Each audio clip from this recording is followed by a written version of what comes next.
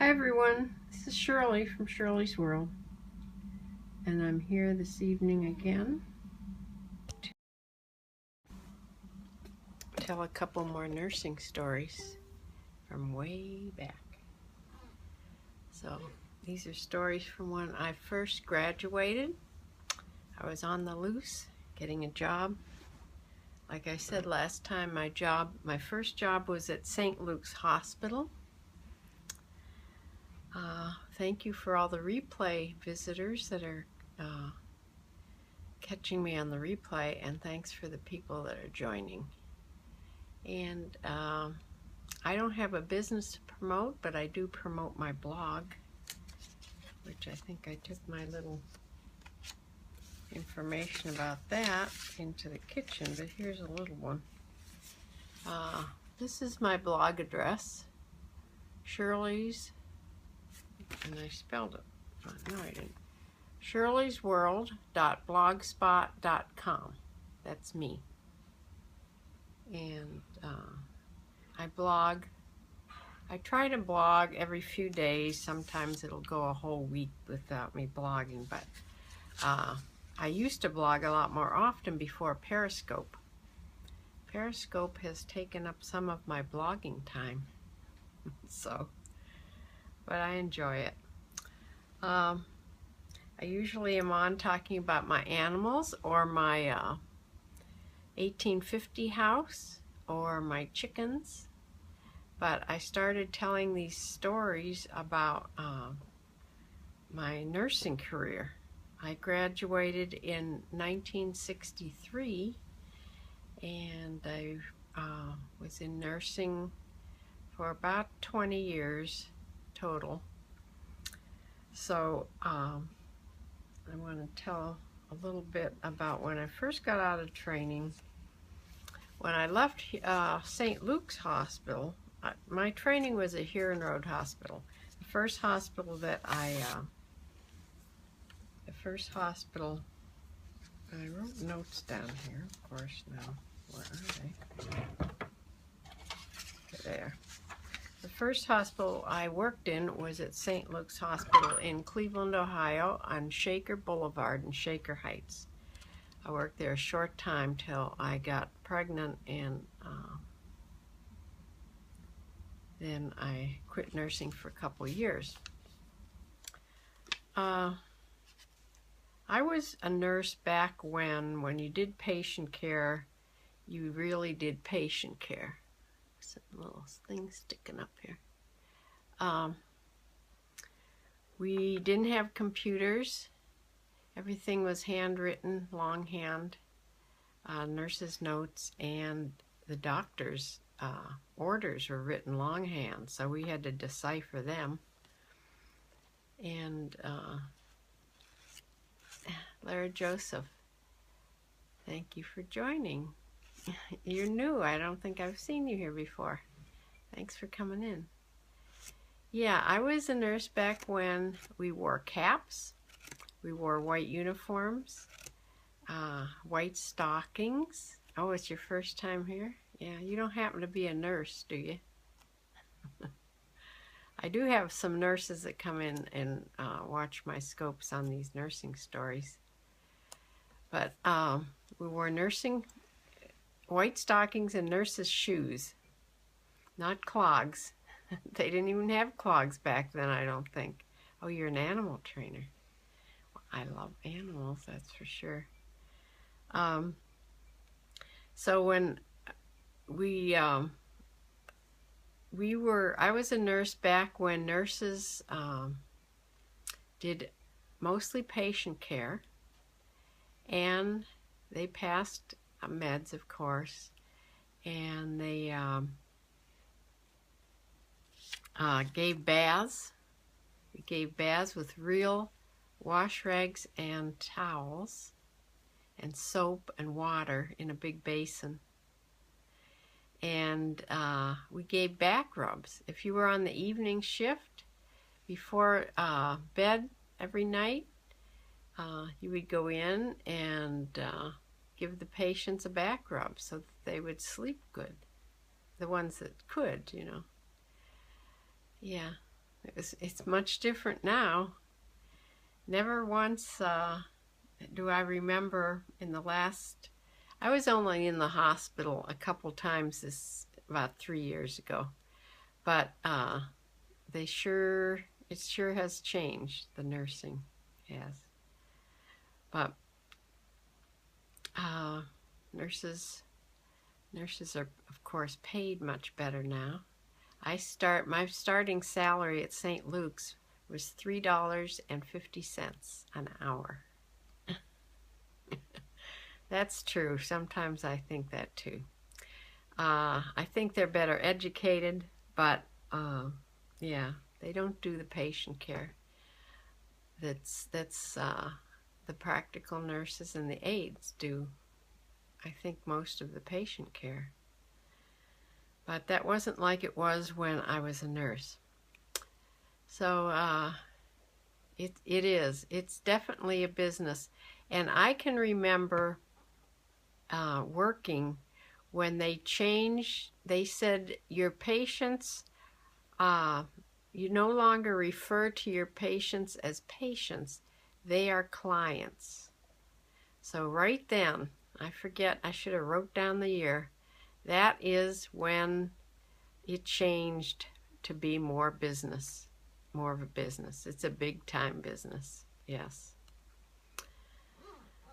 But one of the first places I worked was on pediatrics. I loved pediatrics. I think I had one of my children. I have 2 children.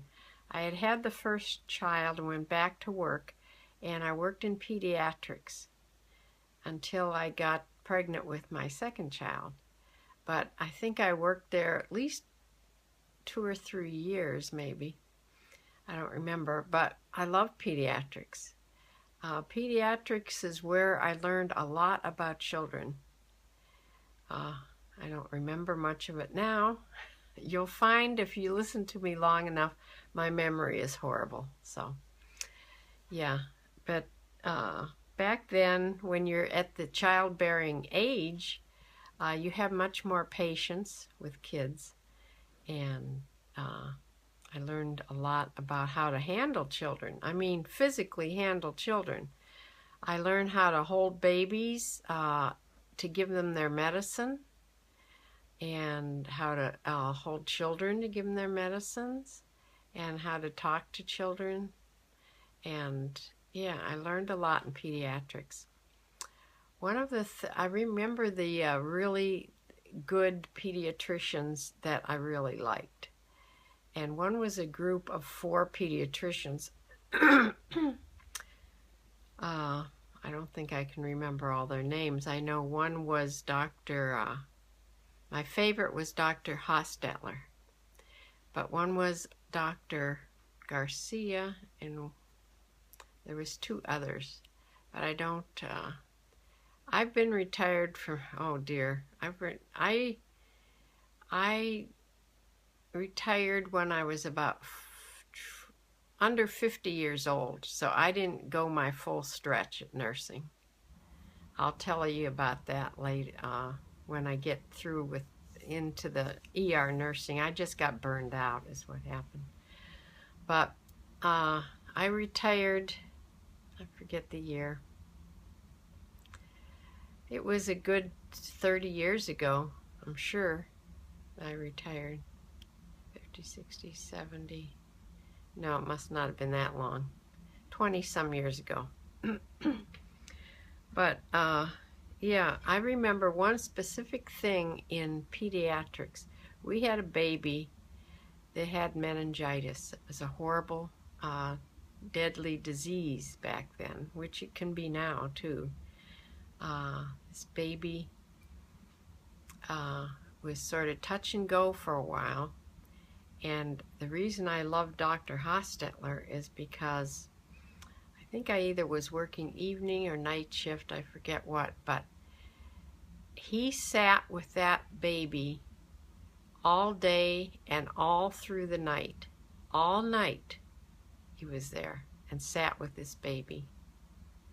that really, really impressed me. And so when I had children, he was my pediatrician. So it's good to be a nurse in that way, because you get to know who were the good doctors and who weren't so good.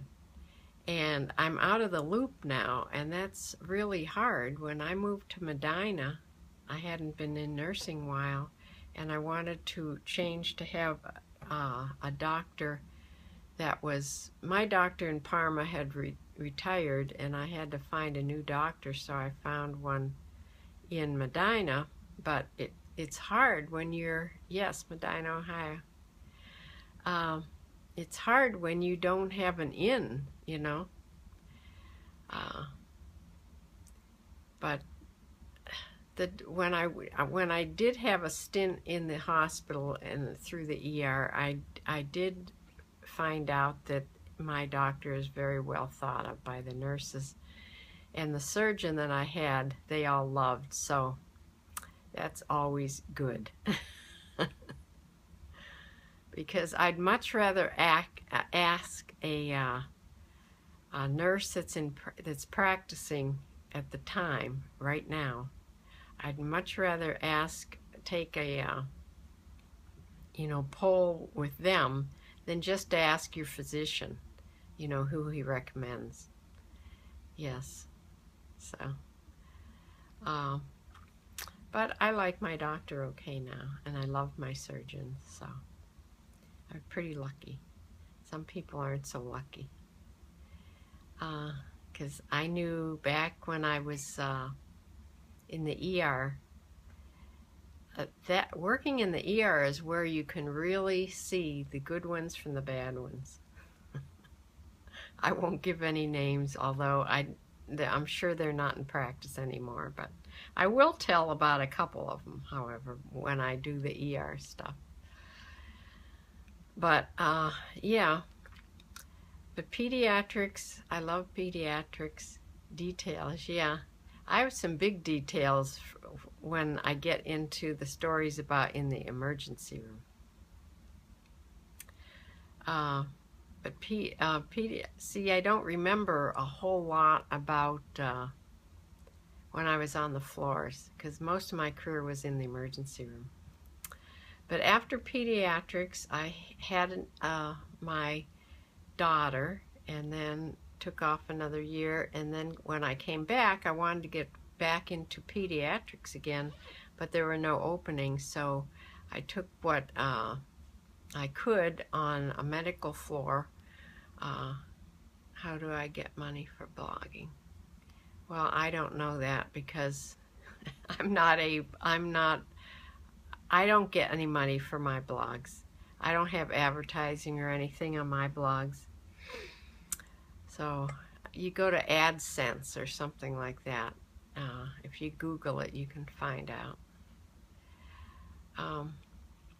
Yeah, I went to a medical floor, but this medical floor was the 6th floor at Parma Hospital at the time. And it was a lot of geriatric patients on this floor. So I was there quite a while before I got to go to the emergency room. Back then, there was a lot of total care with geriatrics, a lot of confused patients, and we had what they called geri chairs. They were high back chairs. They weren't very comfortable because they were hard, like old-time wheelchairs. I don't know if you ever saw them in antique stores, but these reminded me of that. They were high back chairs. They were cushioned, and the patients, the geriatric patients, it gave them, I think, more support than just a wheelchair. It was a high back one. So during the day, when no one came to see them or anything, we would put them out in the hall.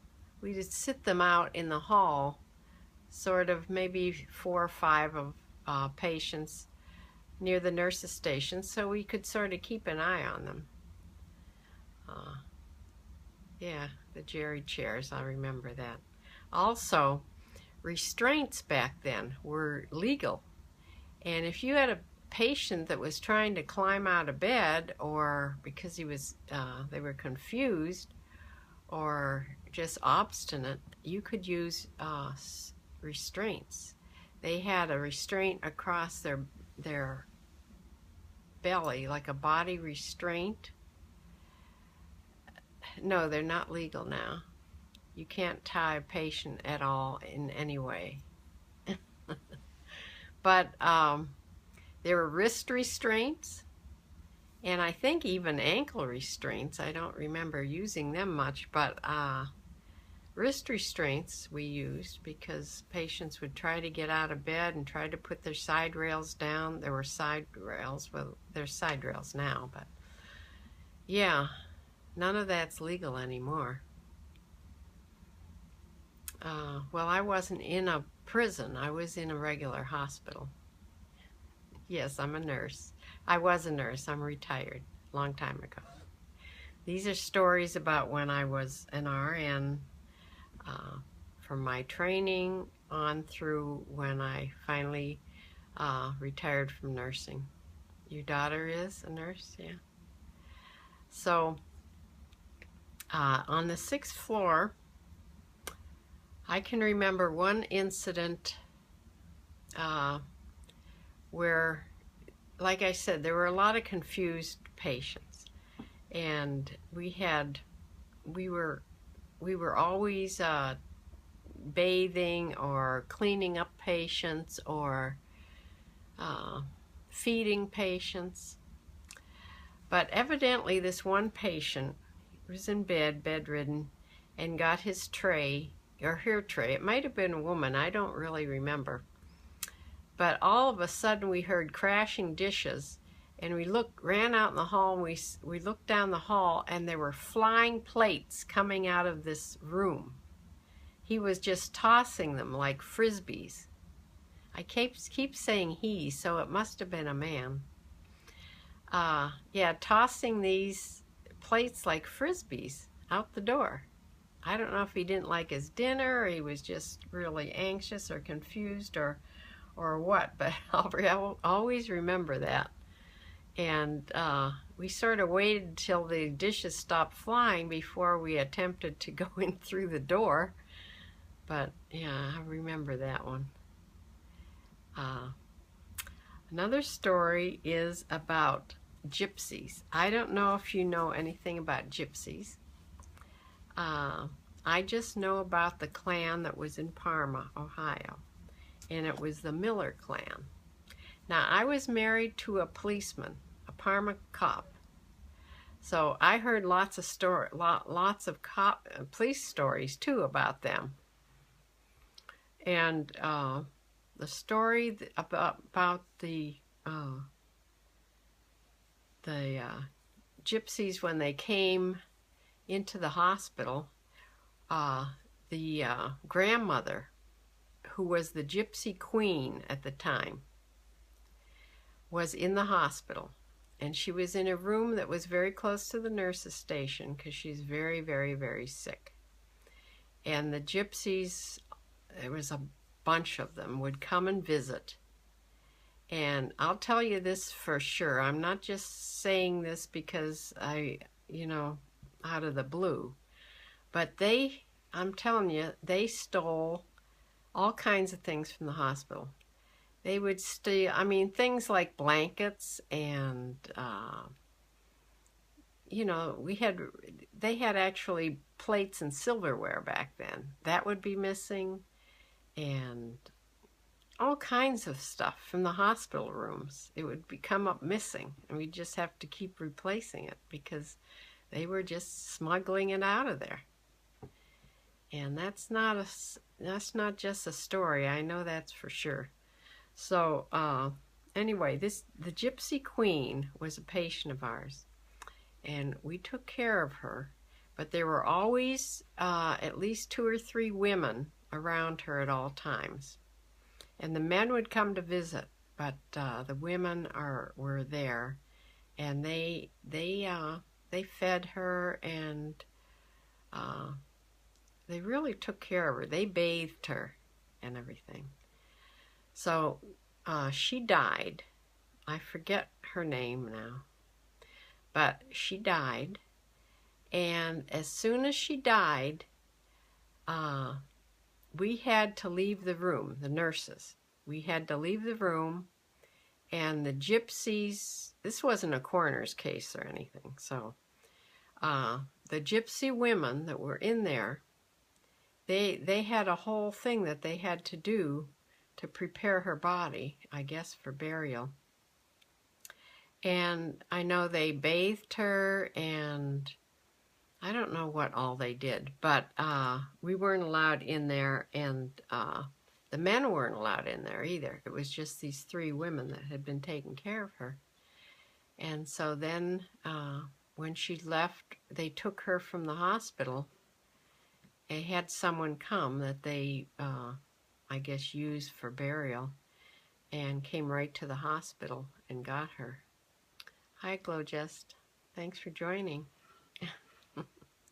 You can catch this all on the replay.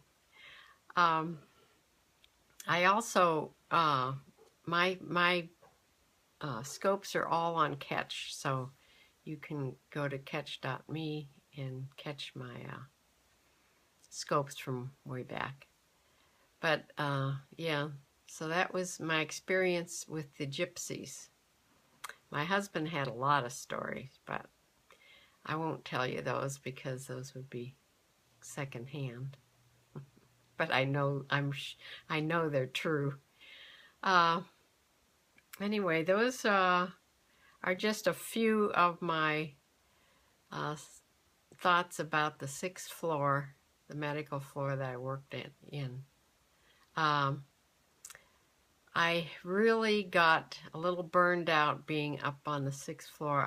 My girlfriend, my best friend, had been up there with me, and then she got a chance to go down to the emergency room, as you know, to transfer. She was down there a couple weeks and told me, "You've got to get down here. This is like a different world down here." So I started putting in my transfer right away, and I don't know how many months I had to wait to get into the emergency room. But I'm telling you, at one time I told one of the supervisors, if they don't get me off of this floor, out of here, down to the ER, I'm going to hang myself in the bathroom. Of course I was kidding, but I was very anxious to get off the medical floor and down to the emergency room. But we passed meds. We had a cart, a wheeling cart, nothing like today's computer cart.